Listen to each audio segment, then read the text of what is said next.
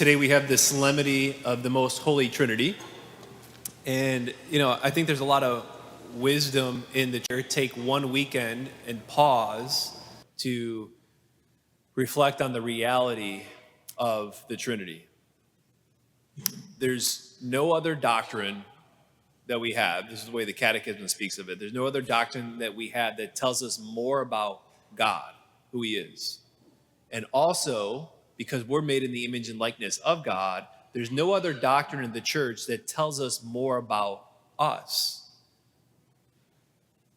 Christianity is the only religion that says that God is triune, that He's three: Father, Son, Spirit.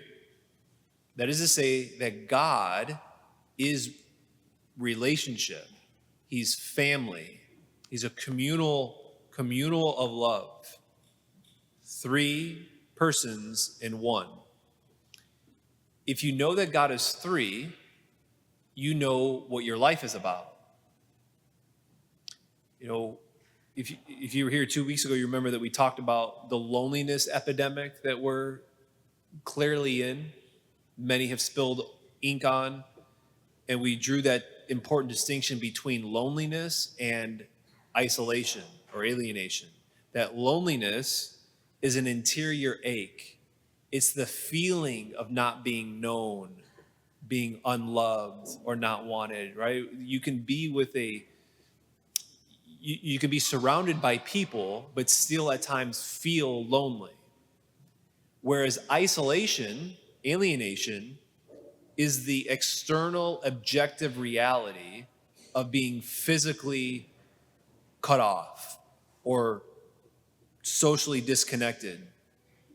We talked a couple weeks ago, we mentioned that with the increase of technology, social media, and the arrival of artificial intelligence, the isolation and alienation is increasing. I joked and said that I catch myself sometimes when I use ChatGPT of saying please and thank you to it.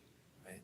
Someone after one of the masses said, Father Mark, it's a good idea to do that because when AI takes over, they'll know and remember who was nice to them or not. Right?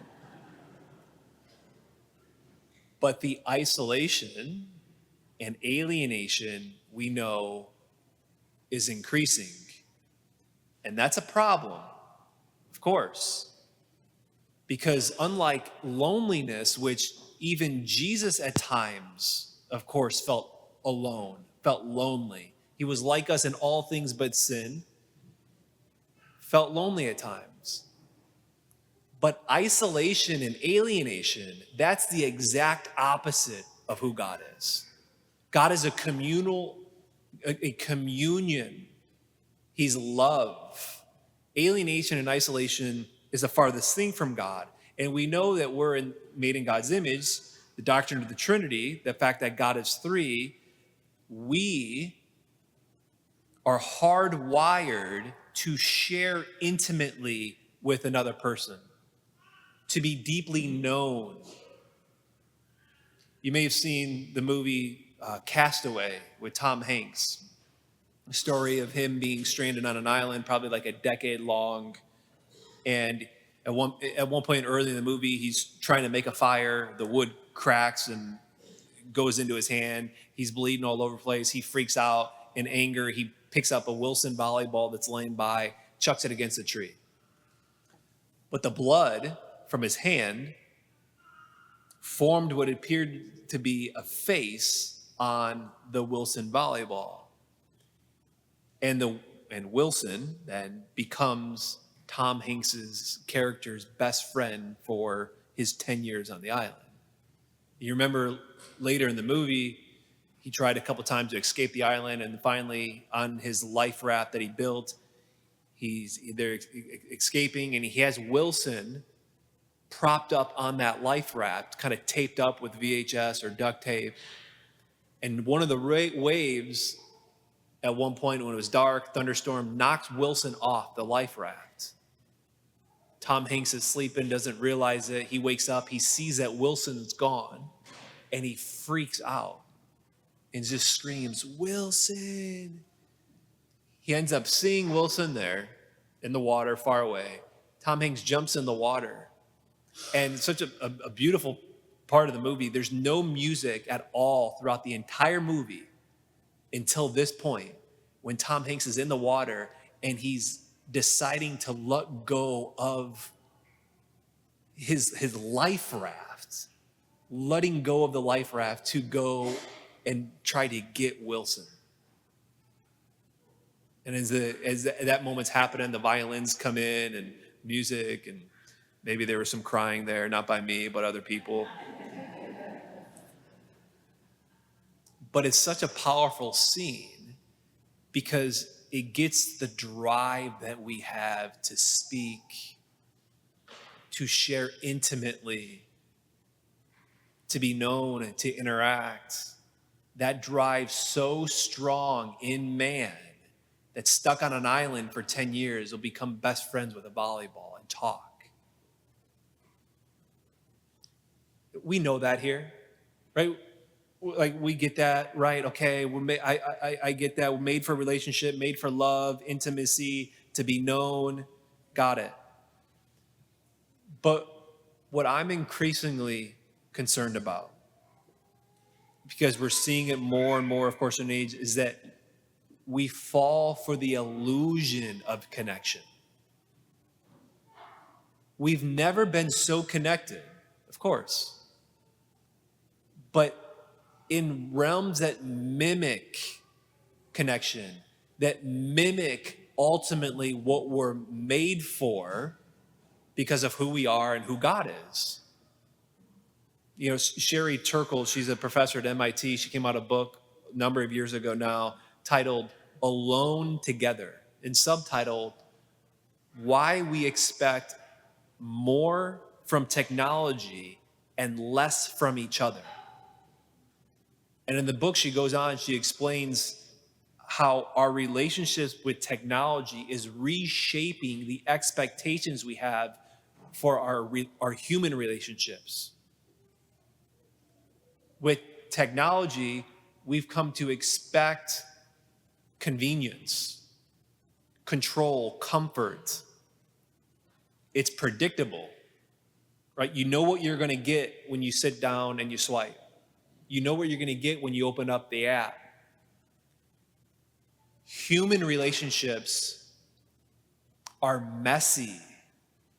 They're demanding, listening, being vulnerable. The other stuff mimics connection.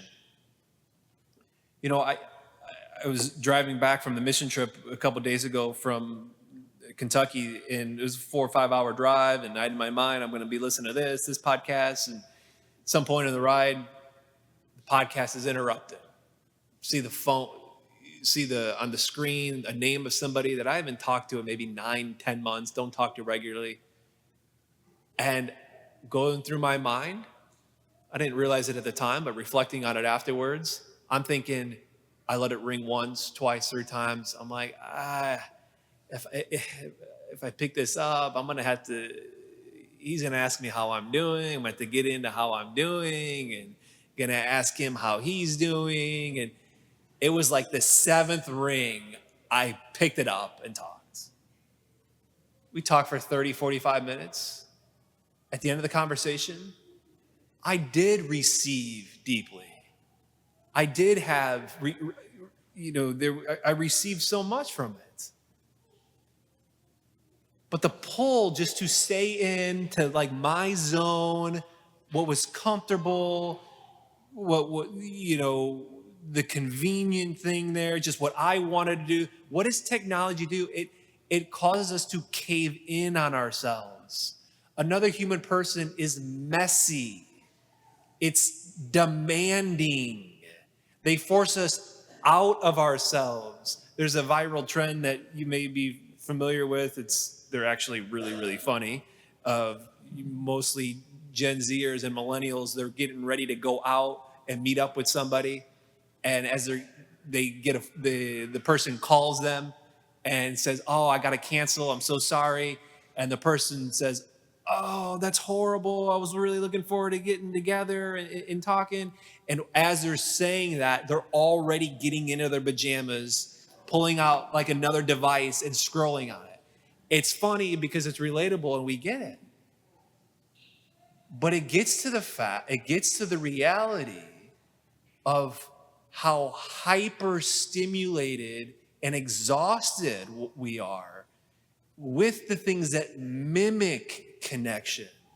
It mimics the self-gift, but it's an illusion, because the Trinity, knowing that God is three, knowing that God is a communion of love, is to say that the Trinity is the source and model of self-giving, self-donation. The Father empties himself entirely to the Son. The Son receives that and empties himself entirely to the Father. And you have the Holy Spirit shared love. It's a communion of self-gift. And here's the wild thing, when that communion of self-gift enters into a broken world, what does it look like? It looks like the cross. Sacrifice can be painful. Think about it. Where do we find life? We find life in sharing ourselves, in giving of ourselves. So, like, as pastor and as parents, especially parents of younger children, we've got to be proactive in protecting our children for falling for the illusion of connection. We live in an age that there's a shallowness to it, a thinness to it, based on a superficial connections that are, of course, rather than real life relationships. But of course, we know we're made not to cave in on ourselves, but we're made the opposite. We're made for communion in the Trinity. So what I just want to end with this week here, end this homily with encouraging you this week on the Feast of the Holy Trinity for you to take an inventory this week. To take inventory, a three-pronged inventory. The first is to take inventory of your relationships. Where do I tend to slip into isolation? This is not just for people who live alone. This can be a family. It could be a house full of 7 people. Where do I tend to slip into isolation? For couples, a priest buddy of mine says that he tells his couples every day, ask your spouse 2 questions. The first, what are 2 things on your heart that I need to know about today? What are 2 things on your heart that I need to know about today? They could be desires, they could be needs. I feel sad, I'm depressed, I'm anxious, I'm lonely, I'm tired, what have you. And the second is, what are 2 things that you're thankful for? I've begun to use this with couples that I work with. And what I find is that it prevents, and it helps couples not slip into isolation, but to remain in communion. Second inventory for all of us to take is to take inventory of our relationship with God. Are we alienated or isolated from God? So we look at our prayer life.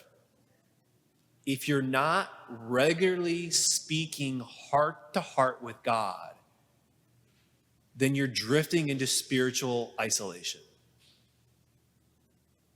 What's a step that I can take this week to reopen the line of communion? Lord, I feel far from you. I want to know you. Simple. Third and lastly, for all of us, to take inventory of your relationship with yourself. How well do I know what's happening and going on in my heart? It's really hard to live a life of communion rather than isolation, if not impossible, if we're not aware of what's going on in our heart. especially parts of us that are isolated, that there's a desire that maybe I've buried because it feels too vulnerable. That's what I need to bring to prayer. That's what I need to bring into friendship, to bring into communion. The choice at the end of the day is always either between communion and isolation. And it's really the difference between heaven and hell. The Trinity shows us that we're made for relationship, we're made for self-gift. Don't settle for the illusion of connection, but open your hearts to Trinitarian love and communion.